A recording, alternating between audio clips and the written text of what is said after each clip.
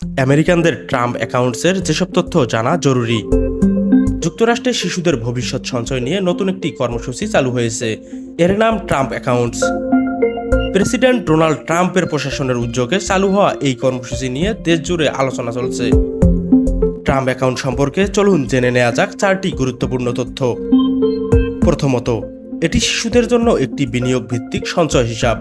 One big beautiful bill act এর আওতায় অভিভাবকরা 18 বছরের কম বয়সী সন্তানের নামে এই অ্যাকাউন্ট খুলতে পারবেন।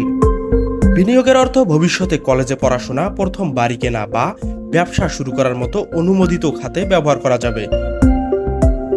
দ্বিতীয়ত, কিছু শিশু সরকারের পক্ষ থেকে $1000 প্রাথমিক আমানত পাবে।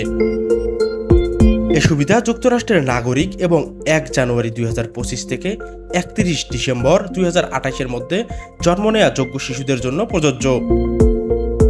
তৃতীয়ত, যারা $1000 জন্য যোগ্য নয়, তাদের মধ্যে কিছু শিশু $250 পেতে পারেন। এ অর্থ Michael and Susan Dell foundation থেকে দেয়া হবে, যদি তারা নির্ধারিত আয়ের মানদণ্ড পূরণকারী জিপ কোড এলাকায় বসবাস করে থাকেন। সর্বশেষ, অভিভাবকেরা প্রতি বছর এই অ্যাকাউন্টে অর্থ জমা দিতে পারবেন। বার্ষিক মোট অবদানের সর্বোচ্চ সীমা $5000। এর মধ্যে নিয়োগকর্তার অবদান সাধারণত $2500 পর্যন্ত হতে পারে। এখন প্রশ্ন হলো, ট্রাম্প অ্যাকাউন্টস কি সত্যি শিশুদের আর্থিক ভবিষ্যতের জন্য একটি শক্ত ভিত্তি তৈরি করবে, নাকি এটি শুধু আরেকটি বহুল আলোচিত সরকারি উদ্যোগ মাত্র? এ নিয়ে আপনার মতামত কি? কমেন্ট করে আমাদের জানান।